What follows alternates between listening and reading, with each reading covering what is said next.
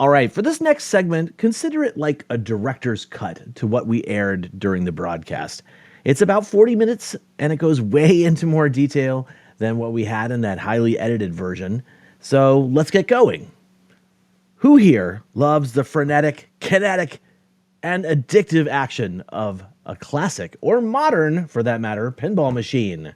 I do, and I know a guy who loves pinball so much that he started his own pinball company, but more on that later.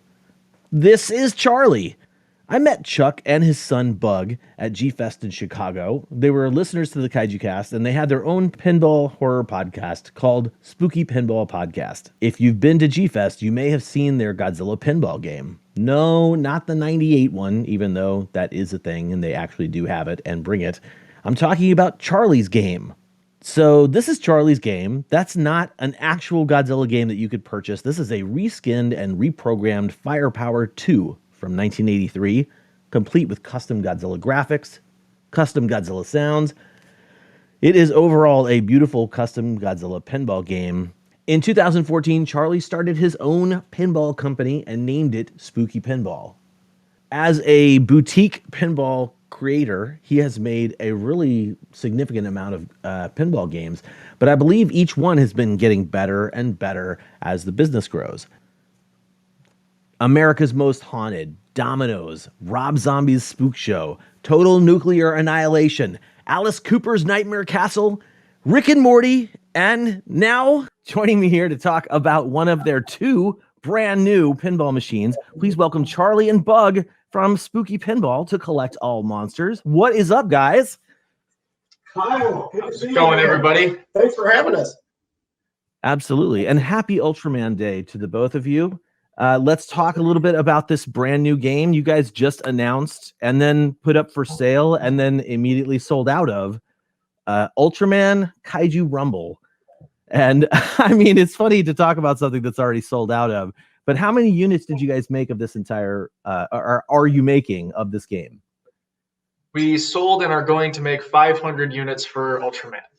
That seems like it would not have sold out so quickly. I'm really impressed that the pinball community, and I'm guessing hopefully some of the kaiju collecting community got in on some of that too. We did everything we could to kind of let the kaiju fans know that it was coming, so that hopefully some big time Ultraman fans are in on it. Yeah, but the pinball community was kind of we didn't know how they were going to react to something that was extremely, important to Bug and I as, longtime G-Fest attendees with Mr. Kyle over here, and to see them really embrace that, something that we're so passionate about was really cool. So.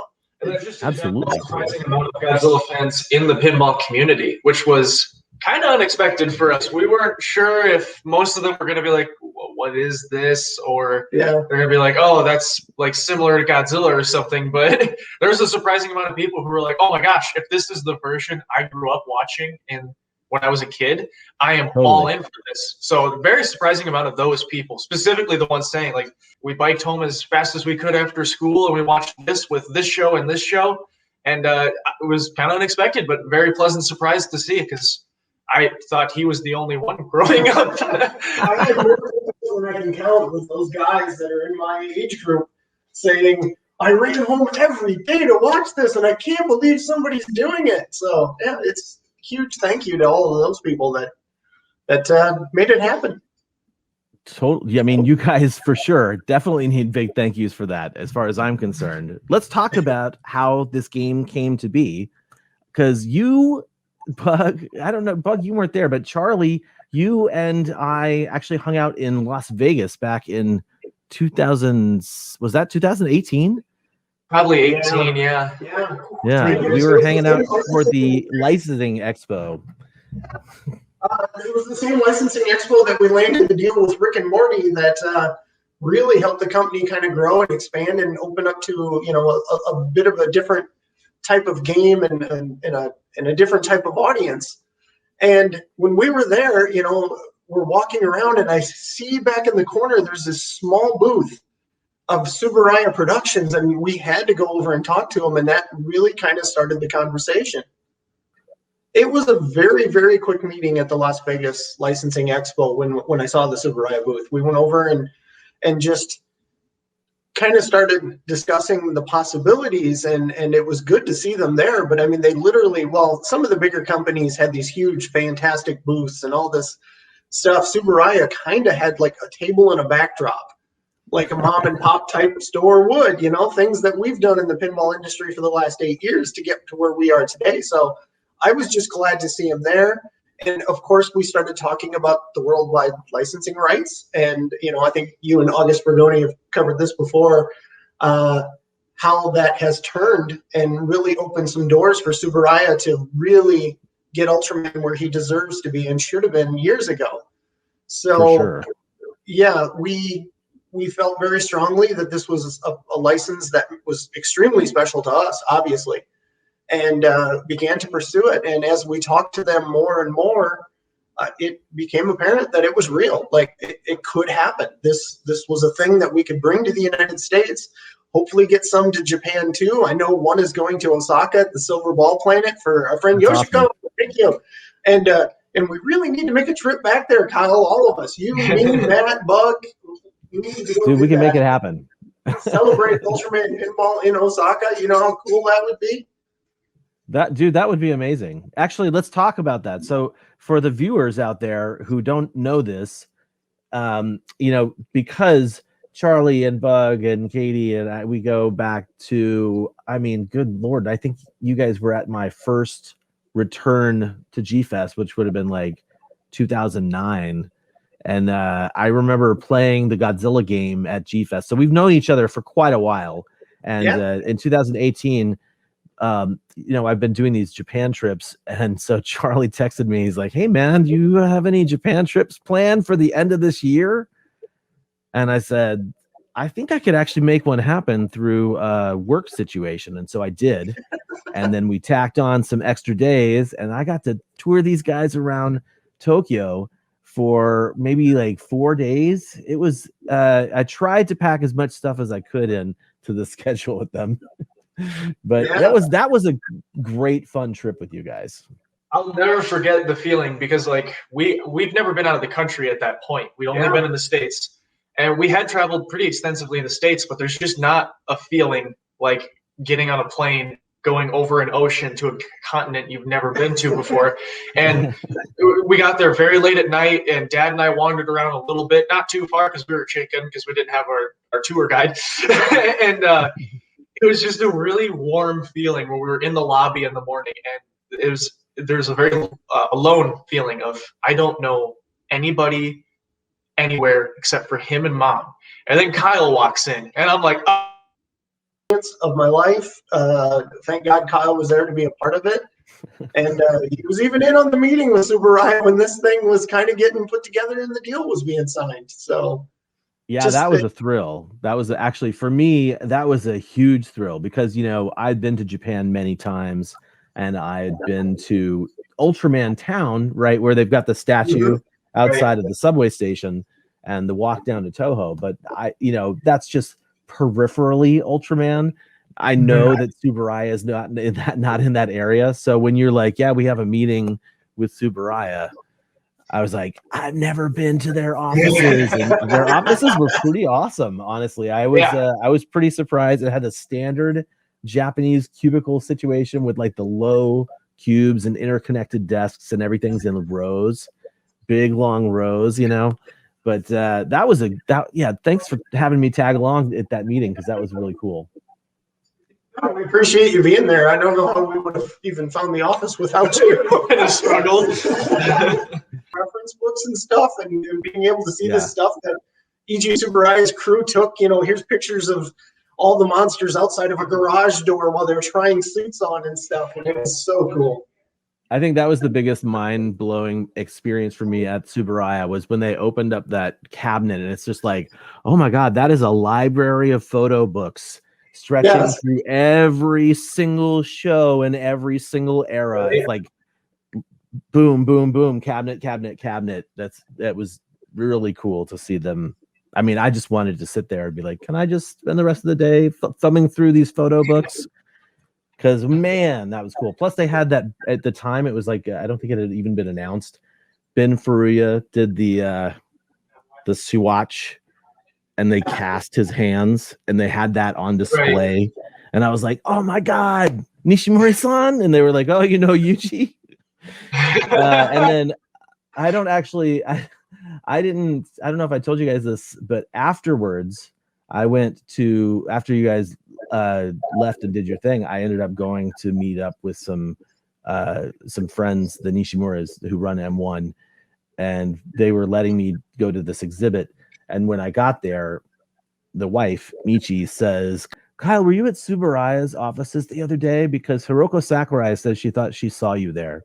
And I was like, okay, number one, I don't like name dropping, but when the wife of the president of M1 Toys says that the lady who played Fuji in the original 1966 Ultraman recognized you from afar in the Tsuburaya offices, I mean, that made my year.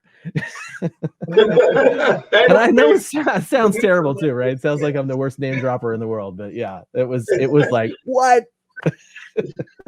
That is amazing. So anyway, that must have been when you guys first started really deep diving with Tsuburaya about the license and about the game. I'm wondering, we hear a lot of stories of people working with some of these licenses and it not going well, or, let's just be honest. Some chatter about Toho is that they're super restrictive. They're super expensive to work with. I'm just curious, what is it like as a licensor, a licensee, to work with Tsuburaya? I'd always joked that, Alice Cooper being the nicest guy in rock and roll ever would never be able to get a license that easy to work with. Tsuburaya is giving him a run for the money. Everything we could ask for, everything we wanted to do, every element, every sound effect, every monster, every piece of music, every piece of video, everything we could want.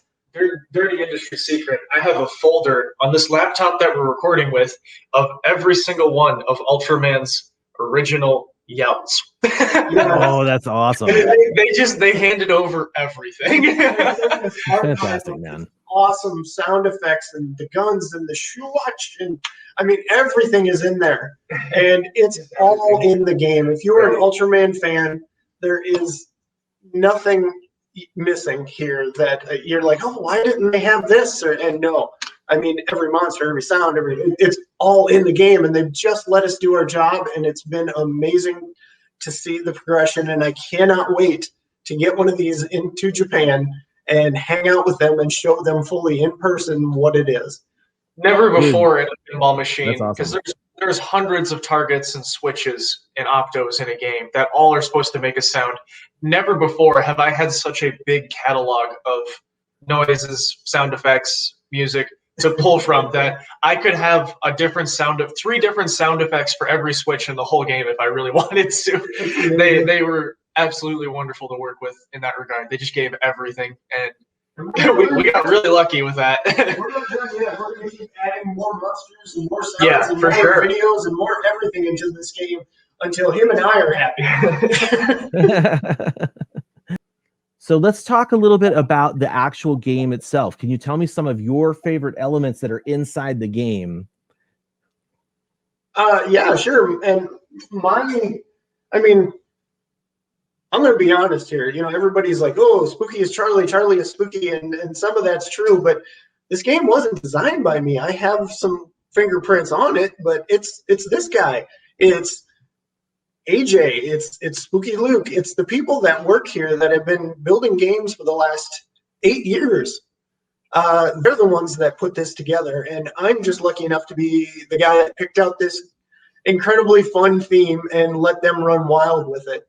The playfields, if you can see behind me here, we've got a kaiju battleground. Up top is the Science Patrol headquarters. There's actually a VTOL jet on the collector's edition that sits up in here. That's not there right now, but it's there. I mean, the Baltan Bash on the left side. Baltan, as he does in the show, he multiplies to confuse you. He'll he actually breaks into 3 parts behind the buildings here, so you don't know which one's the real Baltan, and you have to kind of shoot each one to figure it out. And I mean, it just worked great. And then we even have the topper with the spinning ultra slash coming at you, and it's got controlled RGB, individually addressable RGBs up there, so we can do all these crazy light shows and stuff. Bug designed the custom speaker grills that are also, they're basically like a NeoPixel kind of thing, individually addressable, so we can do crazy light shows behind the speaker grills with Ultraman's silhouette. The game is just amazing. I mean, the shooter rod is the beta capsule. Dude, that was amazing. When you showed me that, I lost my mind again.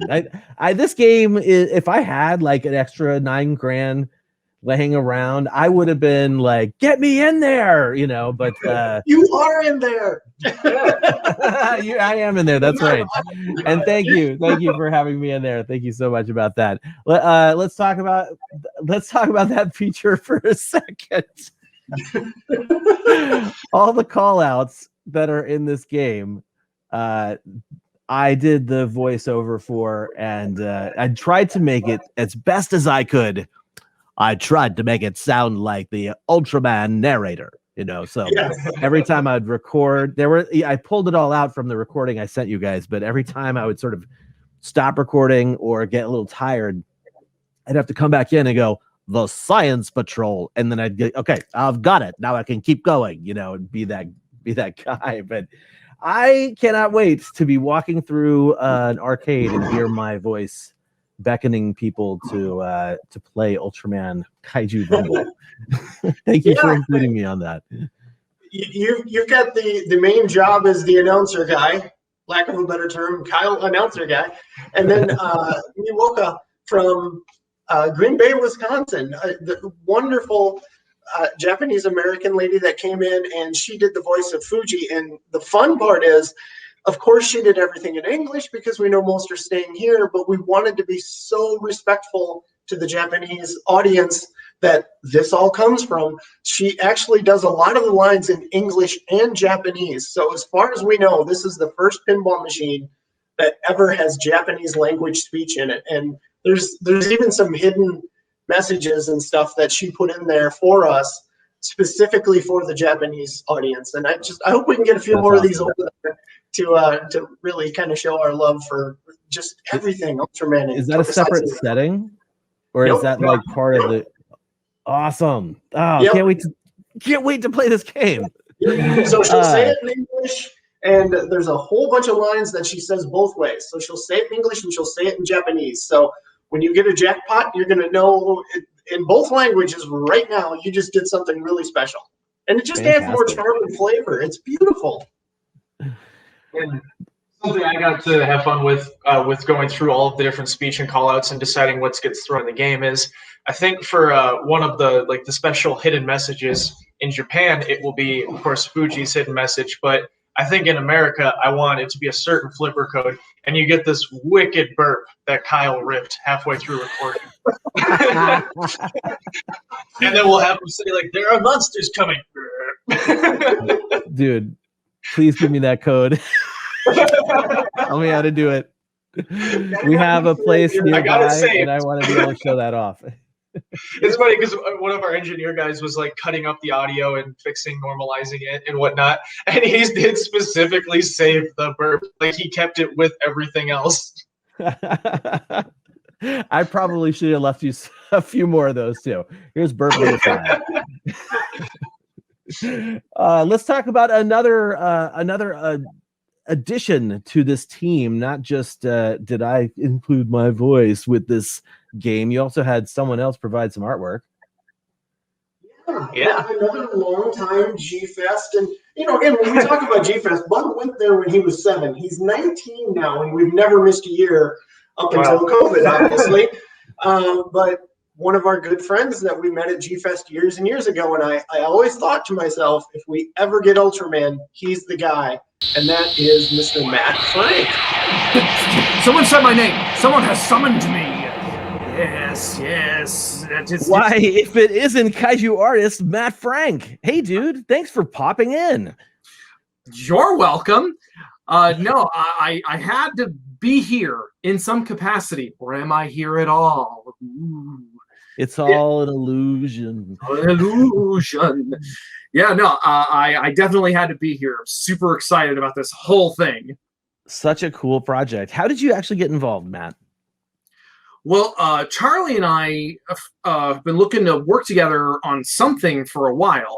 Doing a pinball game machine sounded like a really cool artistic challenge.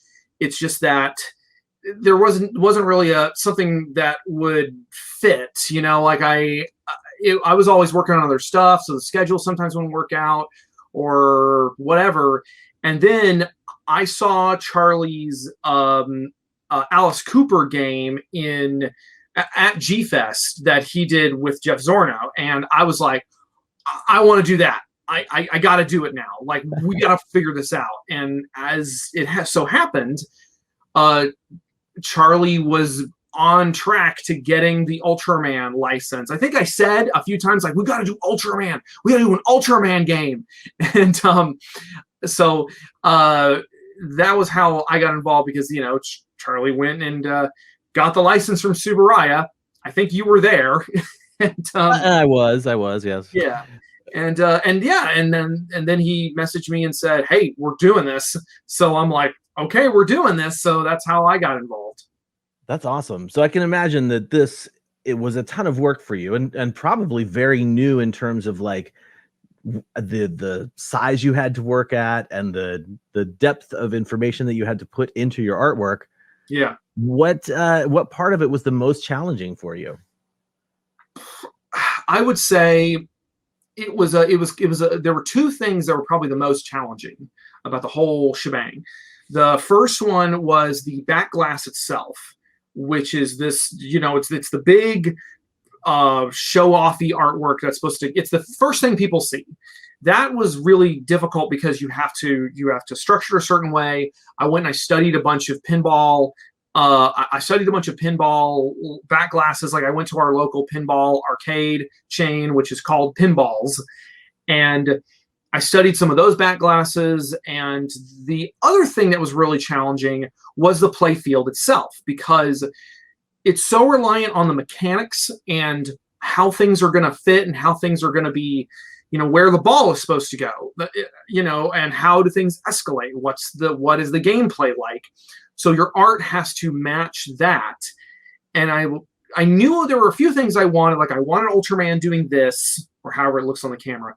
I wanted him growing gigantic, and I knew that I was going to want some other stuff on there. But then you realize, oh man, there are all these little lights and little decals and stuff that are all over the playfield. And I'm like, how am I supposed to get these? How am I supposed to get all these characters on here?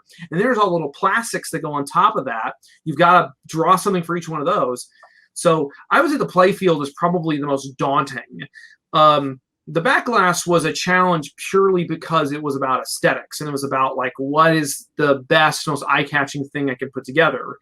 And then the playfield was a whole new set of challenges.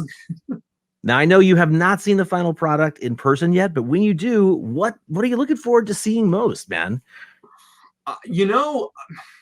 Obviously, seeing the whole thing physically in a physical space in front of me, that is the thing that is number one, because you can see the photos, you see the videos, you're like, oh man, look at it, it's so cool. And you see it in person, you're like, oh man, look at it, it's so cool.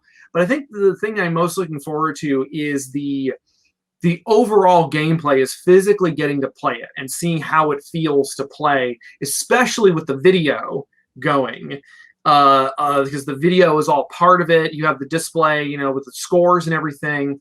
I did a bunch of illustrations for that as well. These little characters are going to slide in from each side. And I got my frequent colorist, Goncalo Lopez, to help me out with those, because, that was like 11th hour stuff that we had to crank out. And I know you're going to be doing some voices for the little video. As well as some other folks, including maybe even myself. I might do a couple of, I don't know, we'll see. But that's probably it. Just physically getting to play it is the thing I'm most looking forward to. Fantastic. Did you leave us any cool Easter eggs in the artwork for us to find? Oh boy, howdy did I. I just don't think it's going to be that easy to see them, because Charlie gave me the template for everything, where everything was layered on top of it, and so I had the general shape of stuff and kind of where the placement was going to be. Except sometimes there were certain things that got changed, like little things would get adjusted, or there would be cutouts of certain things. Like I think a Science Patrol member's entire face got cut out at one point because that's where the ball was supposed to come out of or something. But you never know, like, what's going to change to the final product. But so there are little things, like there are lots of silhouettes, like all over the place, because the silhouettes were the a unifying element of a lot of Ultraman intros. And so there are those little silhouettes are kind of all over the place, especially along the side panels on the inside. So if you look kind of inside the playfield to the side, you'll see these little cityscapes that have little silhouettes on them. And you've got Gungo and, it's the snail monster from Ultra Q. Almost didn't get that one in because Subaraya was like, well, that's an Ultra Q monster. But I'm like, but it's in the intro. Yeah. Let me have this. So lots of little silhouettes. Check on, if you can, look at the top. There's a topmost section that has a bunch of footprints. There's footprints kind of scattered throughout the play field. Those footprints are based on the old, I think the Popey kaiju figures that have little footprints on the bottom of their feet, like the Godzilla's gang monsters. Fantastic. That's awesome. Yeah, those were a lot of fun. All right, man. Well, hey, thank you so much for hacking your way into our interview. Before you go, though, is there anything you can show us, like behind the scenes artwork that you produced for the game? Well, it's not like I don't have a giant stack of them here. Hold on. Oh, God. Like, because a lot of the stuff was physically drawn first. You know, I've got my Naranga and Ragon here. I digitally inserted Hayata here. I've got my Red King on the island with some of the other monsters. I got my little Pigmon down there. If I can get him to line up, there he is. I've got my, this is a fun one. Oh, crap. Hold on. This is my little Science Patrol, where I kind of wanted to make them look a little bit like the actors, but still kind of give them a bit of a manga vibe to them, because I've discovered that Japanese actors tend to prefer that if you give them a little bit of a manga flair. Interesting. Yeah. And then the big tamale is the giant backglass illustration, which this had to be adjusted a few times because it wasn't quite to the size of the final backglass. So, and then this was also what was used for the Marvel cover. Oh, right. Yeah. Congrats on that, by the way. Thank you. I got to do 2 Marvel covers, and that'll probably be it. No, I'd love to do more, of course, but this one was a lot of fun. So, but it was also extremely time consuming. So yeah, that's just a few of them. I mean, I got sketches scattered all over the studio. There's a pile over there. That was awesome, man. Thank you very much. Sure. Right on. Well, thanks for being with us, and have a killer rest of your Ultraman day. Thanks, buddy. You too. Y'all have fun. Well, real weird how Matt has those abilities to hack into your games. I hope he doesn't exploit that throughout the rest of the world. So I'm wondering, you guys, you sold out instantaneously. That's the theory I'm going with, because basically, Charlie, you said that the website broke as many times as it could in a 3-hour period, right? Yeah, we went live at 8:59 for sales, and the website crashed at 9:01. Yeah. So about 2 minutes in, it That's wild. So you're producing 500 units of Ultraman, and are we going to see a second batch of these? Unfortunately, not.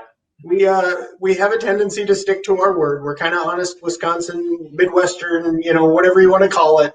When we set a number, we really hope we can achieve those goals and get to those numbers. We never anticipated this, obviously doing what it did, but our word's a word, man. There's 500 out there. All I can say is if you're seeing this and you desperately want to get one, go to our website. We have a handful of distributors. There may be a few hiding with them, but all our allotments are gone. So that's your best bet. I cannot believe you sold out 500 pre-order spots in such a small amount of time for such a niche, and as many of people are saying, like very cheesy theme. That people are likening it to the Batman 66 theme potentially. You know, easy. I like to call it campy. It's fun. Yeah, absolutely, so fun. And sorry, go ahead. Oh no, I was just gonna say so fun, and so fun that I can't wait to hear people actually giving reports on how it plays and stuff. Yeah, us too, man. We can't wait to get them out there. And there's just an overwhelming amount of people out there who they admit, they're like, I don't know what this is. I went and watched a couple episodes, and even though it might not be my thing, I could see how this theme works perfectly for a pinball machine. Yeah. And just rules wise, which kind of fell onto me, like it just all laid out perfectly for itself. Like the wizard mode of the game is you have to lock 7 balls in sequential order. The whole point of the wizard mode is after you get 7 balls locked, guess who shows up? Ultra 7. So, yeah. And the people who didn't understand Ultraman or what it was, just by watching a couple episodes, are like, no, I could see how this makes a perfect pinball machine. Like, it just, everything lends to itself in that very Batman 66 type way, except for you're a much bigger superhero fighting much bigger foes. Man, I'm so psyched to actually see this thing in the wild. Let's talk a little bit about, since people can't get it, let's talk a little bit about what it costs anyway. Because, dear viewers, pinball collecting is not for the faint of heart. These machines, I've seen the guts of these machines, not the guts of these specific ones that Charlie and Bug are making, but the old school ones, the one we bought through you at my work. Yeah. Like, we had that for a while, and like I got to see inside of it for a lot, and like, damn, those are some mechanics in there. So for the standard edition of this game, it was $6,995, and that's just the base model, right? Yes. Yeah.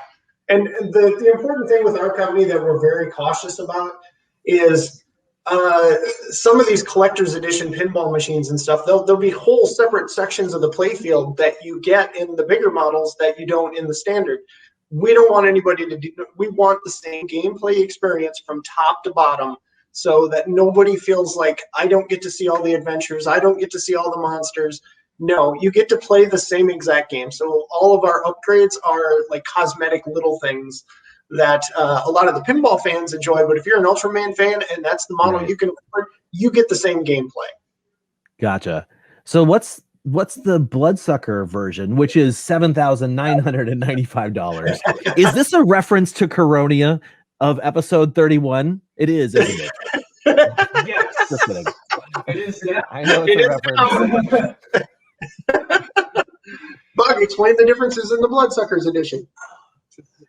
I usually have a list. Most of the main differences is things. They're all cosmetic. So you'll have different colored armor. It'll be a nicer powder coat. It'll be bigger armor. There will be like RGB lighting behind the speaker grills. You'll have interior graphics, which literally make the game feel more closed in, like a world than just the playfield per se. You know, and then like shaker motors, so that when I shoot a monster, or when Benular's coming out of the ocean, instead of him just coming out of the ocean on screen, the whole game shakes as he comes out of the ocean instead. So it's for the most part cosmetic. Like essentially none of the playfields change. It's all appearance. And then the difference between like the Bloodsucker to the collectors is again mostly appearance, but it's more specialized. So a Bloodsucker doesn't have Ultraman on the speaker grills. They just have speaker grills that are lighted. The collector has Ultraman's face lit up and glowing on the speaker grills. And it'll have the version has the beta capsule collectors. The collector's version has the beta capsule and the jet sitting in the runway on the playfield. It has the toggle. And then something special that we actually haven't announced yet about the collector's editions is that Bin Furuya, actor who played Ultraman, is signing each game. He's signing Dude, them that's all amazing. for you. We didn't even tell anybody that he was going to do this. But right now in Japan, in Tokyo, Ben has all the plaques, all the paint pens, and he's just signing away. Wow. We're in Tokyo, and it's going, So this is I don't want to sign Yeah. another one of these. This is a lot. this isn't just big ultimate news, collect all monster news. This is news to the pinball. They didn't even know. That's amazing, dude. That's fantastic. What are your favorite parts of this game? Like, what's your personal favorite element inside of the Ultraman game? My personal favorite part was when Subaraya basically handed over all the footage for the shows so that we could chop up what we wanted to put on the display. Because you can see back here, there's a display screen here, and it's showing like maps of Tokyo, cities destroyed, but it's also going to play clips from the show as you complete modes. So when I'm shooting my ramps and my orbits and my targets, as I complete things, Ultraman's just kicking monsters' ass. So my favorite part, hands down, was when I got to sit down with the entire Ultraman catalog and go into Premiere Pro and just start clipping out the clips I wanted to see in the game. And I got to pick some really fun, silly things to go into the game.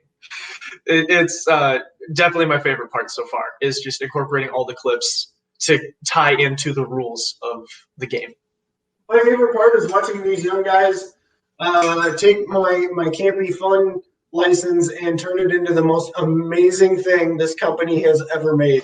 To me, yeah, I get sappy and emotional, but watching these guys come up and take over is just amazing. This game is so good, and I can't wait for people to play it. You know how badly I want to be at G-Fest with this, sold out or not, and just watch people and play it and have a good time. We'd be there right now, too. It'd be this weekend. Oh, man. We got it done just in time. Hey, Nelson's coming back next week with this game no matter what. We'll bring 4 of them. Yeah. Awesome. So the last question I have for you would be, this is a pre-order that people put through. A lot of times we see these pre-orders come up and it's like, you're going to get the product like a couple of years later. So is this like one of those things where it's going to be a couple of years before it comes out, or sooner? Sooner. We told everybody 18 months, and we're going to do everything we can to beat that. Yes. So far to date, we have never exceeded what we said a build would be in the company's history. And then with Rick and Morty and the COVID-19 hitting, we still beat our deadline by 3.5 months, I believe. So yeah, damn, that's awesome. The under promise is that all these games, all of them, all 18 months, but we're aiming to do far better than that. So that is awesome. That's awesome. Guys, thank you so much for being part of this. And thank you for releasing an Ultraman pinball game. And I'm not kidding, like, I'm going to be messaging, is it like your sister, Bug? Who is the person that I need to talk to be like, where is this in my area? Yeah, she knows all. She knows where all the games are going. She knows who's getting them. So, guys, thank you so much for being part of this episode. Thank you so much for being part of Ultraman Day. And, of course, releasing an amazing Ultraman game. I cannot wait to play this in person. Cannot wait to see it in the wild. And I can't wait to see you guys again when we go to Osaka, right? Absolutely. We need to make that. If there was a place I could meet you, it would be Osaka. You need that. We all need to get there. Hang out at the Silver Ball Planet and play Ultraman pinball in Japan. That I'm probably going to cry a lot that day, but that's okay. They're happy tears. We'll have trouble seeing the playfield through all the tears. Yes. You've been a big part of this, Kyle. Thank you for everything you've done for us. We appreciate it big time. Oh, I appreciate you guys so much. I appreciate everything you do on the business side of things, making cool stuff, but I appreciate you guys as people so much as well. And I mean, always wishing the best for you guys. I am absolutely, like, my heart is so filled with joy to see Spooky Pinball rolling out the hits, in a sense. Like ever since I was like, whoa, you guys are making your own pinball games now? It seems like I turn around and some killer game is knocking me in the face. And like, I can't wait to see the culmination of all your collective efforts building to this Ultraman game right now, and in the future too, to see what you guys come up with in the future, because that is, I'm sure, going to be incredible as well. Yeah, we're not done yet. These kids are just getting faster, stronger, better, and it's the old man's job to try to keep up with them. Right on. Well, guys, I appreciate your time. Gonna let you go back to the pinball life, and thank you again for being on this special Ultra stream. Thanks for having us. We appreciate it. Yep. Can't wait to see you again, buddy.